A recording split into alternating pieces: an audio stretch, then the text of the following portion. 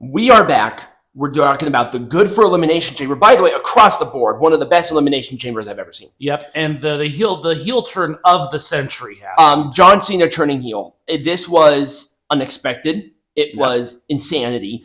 The entire internet broke because of John Cena's heel turn. It's like, did Collision even happen on Saturday? I mean, Collision should have just canceled itself. Yep. It needs to cancel itself off the face of the planet, but it should have canceled itself just because of it. And the AEW sickos are fuming. Oh yeah, they're seething at their mouths because they're so mad because everyone's talking about John Cena turning heel. Yep. And they're like, oh my God, he's so washed. He's so this.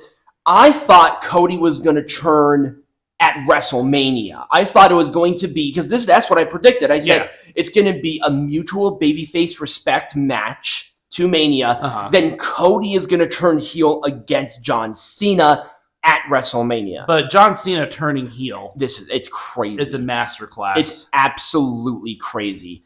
Now, the Century, yes. But the big question is this bigger than Hogan's?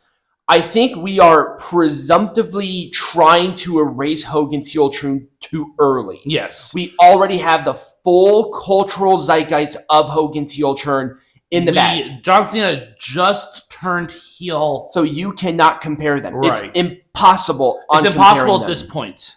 We all know that John Cena's retirement tour is happening.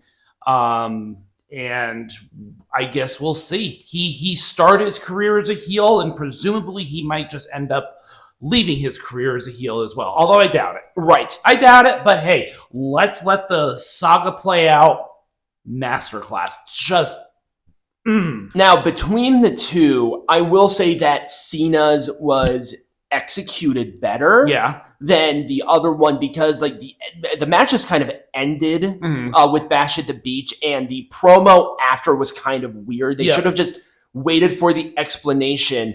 But with looking back at it with the NWO and literally turning the business around, it's hard to say if Cena's is going to be that big, because WWE is nuclear white hot right now. So him turning heel is icing on already financially incredible cake, Right. So it's hard to say, but it has to be a positive. This has to be a positive. What a fantastic ending. Yeah. Did Travis Scott have to be there? No. But did he destroy it? No.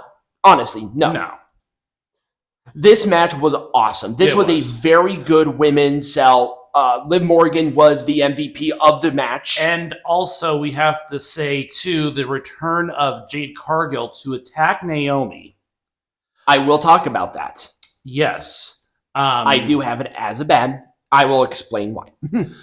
It was, I understand why it had to happen. We have to pause. We have to wait until after, because we're only talking about the positives right now. Fine. So, Sami Zayn and Kevin Owens. These two can have... They are perpetual rivals.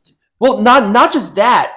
They have the unbelievable canny ability to add something different to every time they interact. Because it seems like every other year they interact at some point. But it feels different. It does. It doesn't feel like the same rivalry. Exactly. They're the same characters, but the rivalries are a little bit different. Yeah, this match felt different. It was brutal. It was awesome. Yeah, and then Randy Orton came back, and we all know now it can be pretty much Randy Orton versus Kevin Owens at WrestleMania, and I'm 100% for it. Yeah, exactly. I thought Kevin Owens' attack after was pretty good. Everything about this was exactly what it needed to be. Yep. Owens needed to pick up the win. Sami Zayn still doesn't look like a loser. He's not buried. He's still a main event player. Yeah. And it's clear because he's so good. It's awesome. And the men's chamber was very good as well. Yeah. Between the two, honestly, I thought the women's was stronger. I thought so too. I think that the pins were a little better paced. Yep. The men's, the pinning was a little too, I felt like it was a little too fast at times and a little too slow at times. Yep.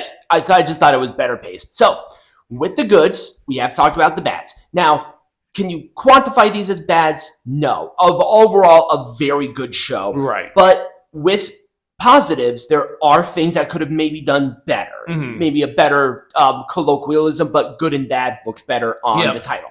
Now, I'm putting this as a negative, and here's why.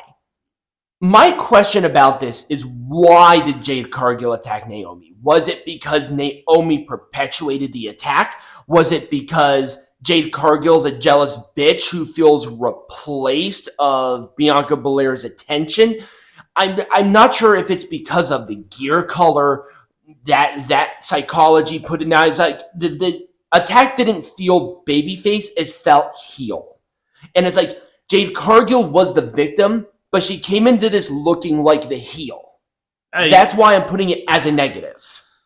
I think we're going to get more answers to that as time goes on.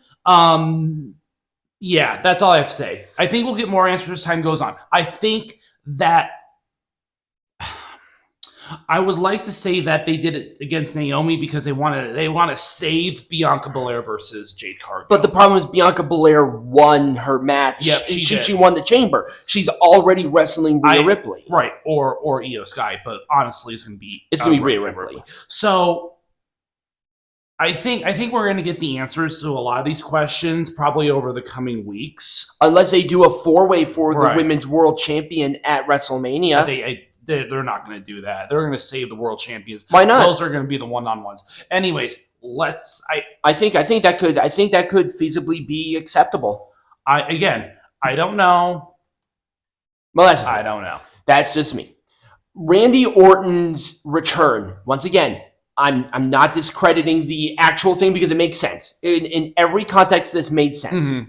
Where I put the negative is from the production standpoint. Where the thing played, and usually they do the white thing of the fans or down there. They just kept it on Kevin Owens for some reason. Yeah. As he was sort of moving into position, and it was super awkward. Yeah. And there were a couple of different entrances where I feel like the camera angles were not entirely in place every time. Right. Where there was because they come out, they do a main pose. And then they go down to the ring or whatever. Mm-hmm. But there were a couple of times where they failed at that. And this was one of them where it's why are you focusing on Owens the entire time? Right. During this, the crowd is losing their minds. You should be looking at that. Right. That's sort of where the negative comes into play. For me, anyway. Mm-hmm.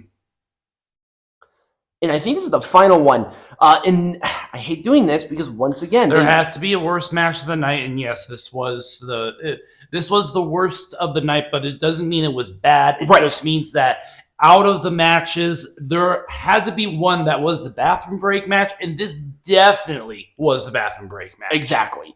The focus was not here, but they could have executed this better if they gave it some time to simmer. Yeah. Because it felt rushed rivalry-wise getting here because the match was announced not last week, but the week before. Yeah. How can you do that in 1 week? Right. And especially in one show where every other thing on this show had multiple weeks, a month in time to really give us some oomph. Right. Where does Trish Stratus involve in Tiffany Stratton's Women's World Champion? Where was Charlotte Flair? Why is Tiffany bothering with this? Right. She's the women's champion. She should be focusing on Charlotte Flair right now.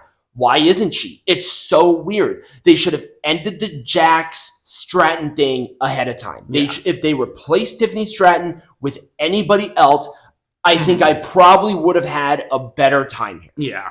So I agree with that. So with Elimination Chamber, I have to give this 2 thumbs up. Yeah. It was a very good show. Yeah, it was. It captivated me pretty much from pillar to post. Yeah. So when we come back, we're going to watch a really bad match. Hooray!